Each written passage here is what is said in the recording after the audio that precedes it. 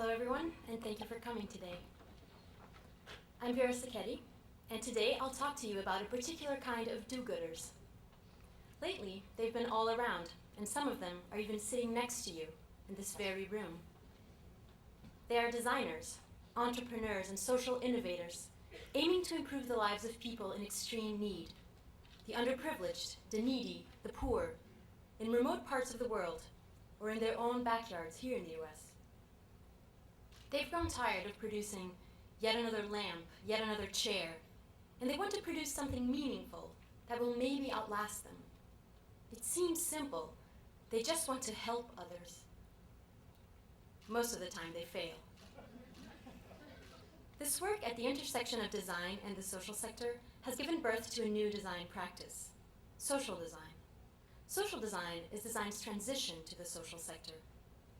Buckminster Fuller and Victor Papanek were the pioneers here, but it is in today's world that the transition to the social sector has come full circle.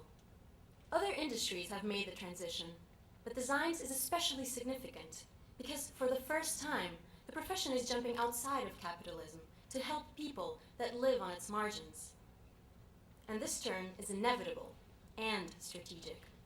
The world's emerging nations are a big, untapped market for the design industry of the post-industrial West. Let's not believe we are doing this only out of the goodness of our hearts. There is big money to be made in the social sector. And I'm passionate about this field. I believe it's the best opportunity for design to reinvent itself. It is the way forward for design. And today, it is legitimized by design firms, big and small, and enthusiastically funded by philanthropic foundations, private companies, and NGOs. And it's all around us here in New York.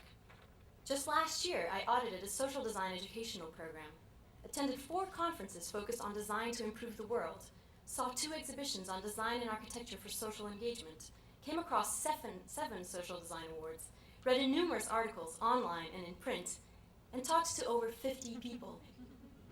And despite of all the optimism and energy that is present in this field, I am here today to tell you that social design isn't good enough. To start with, I still have a few problems with this idea of helping the underprivileged by producing meaningful, lasting change. It constantly reminds me of the efforts of charity and humanitarian aid. Both social design and humanitarian aid depend on this idea of the poor person, the other, as a benefactor, implying that we, the providers, can save the rest of the world. And it also stereotypes consistently a user belonging to a different socio-economic context, with different values and a different culture. If design today is about understanding the user and their needs, how can social design be effective if we keep stereotyping?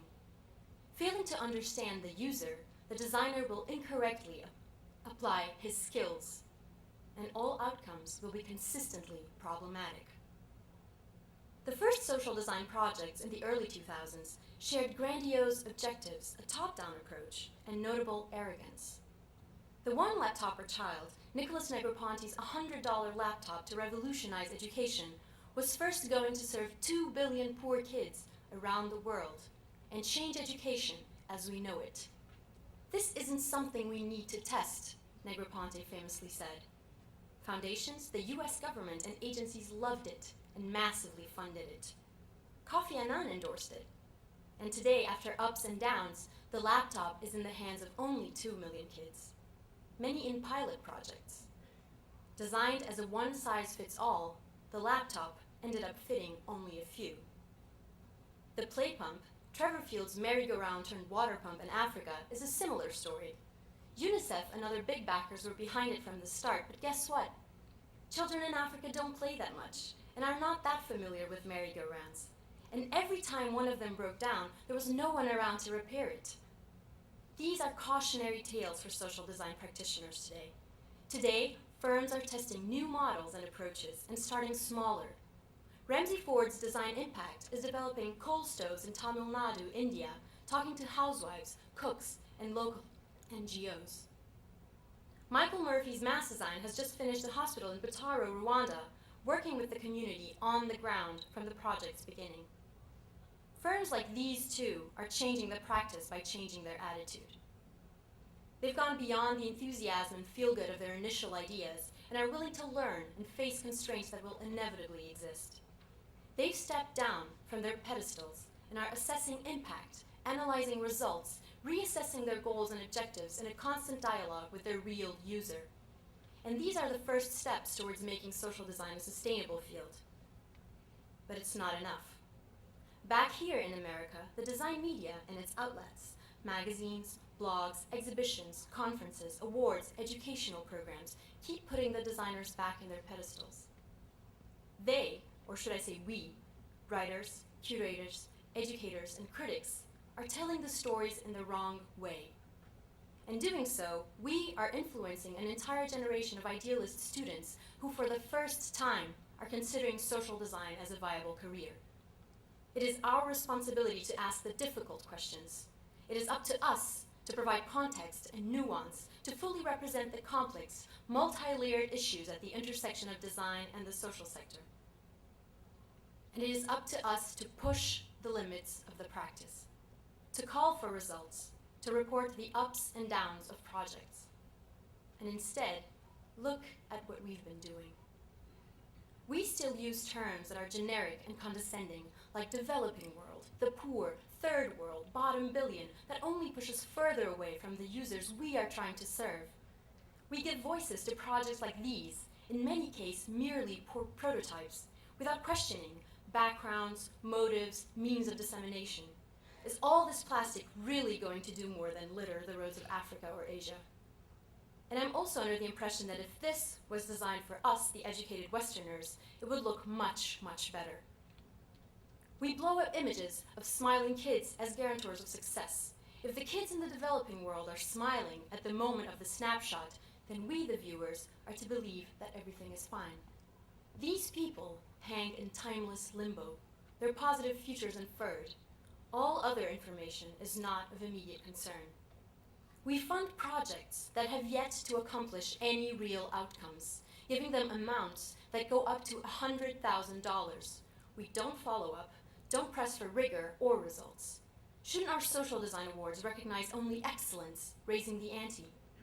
And now, with educational programs taking place throughout the US, and new MFA programs in social design and social innovation slated to start, one of them here at SVA, now is the time to do it. If there is a space to address the complex issues in social design, that place should be found in the many schools and colleges throughout the US. Students should know about the history of development and its outcomes in the past. They should know about cultural differences, collaborative teams, about the limited power of good intentions. They should know it's not easy, it's messy, and it will take time. They should know the stakes working in the social sector are higher, and the designer's responsibilities are bigger. We're no longer designing only lamps and chairs. We're designing sometimes the only choice for people that don't have choices. The belief that social change can happen through design is only the beginning and not the end of an arduous journey. Practitioners are changing social design in the field, and now it is up to us, writers, curators, educators, and critics, to push it in education, museums, and the media, giving the audience an opportunity to realize and interpret the complexity of the social sector and its issues. It is up to us to make this field live up to its true potential. The willingness to embrace complexity must also exist on our part. I'd like to invite you to join me in this endeavor in order to do justice to this field, to ourselves, and to the people we're working with. Let's continue the conversation. Thank you.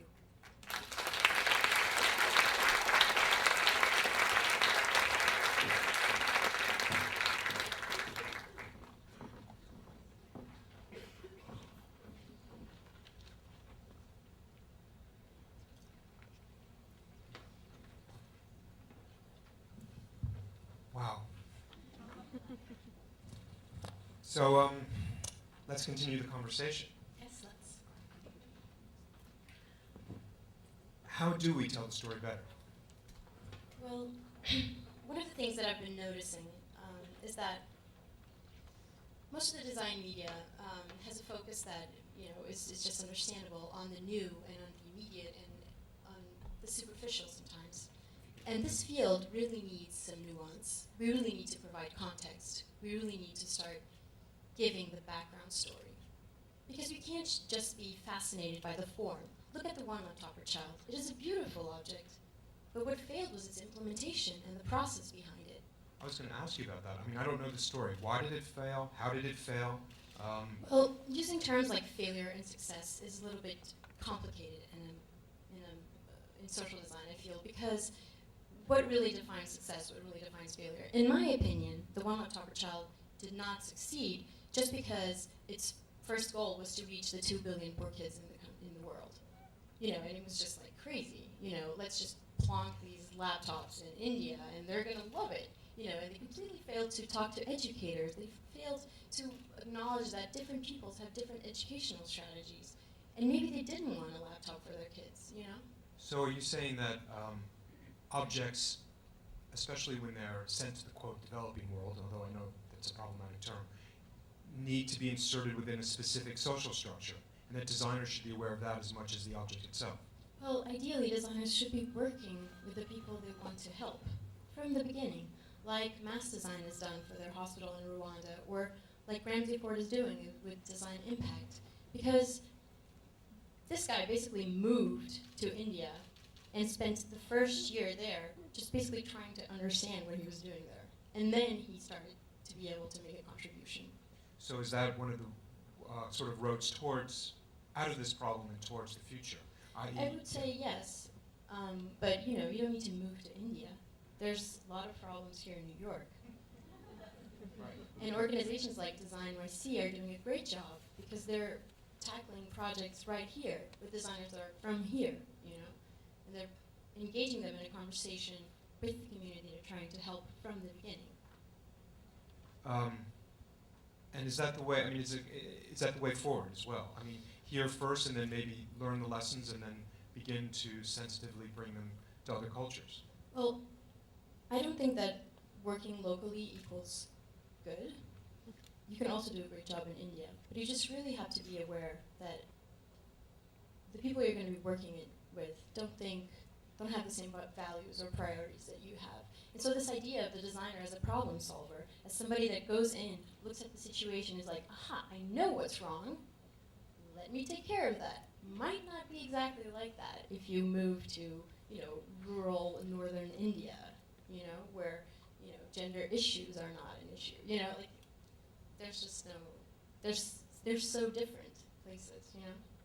We could continue this for a long time. I hope that you continue it outside with people in the audience. I hope so too. Okay, thank you.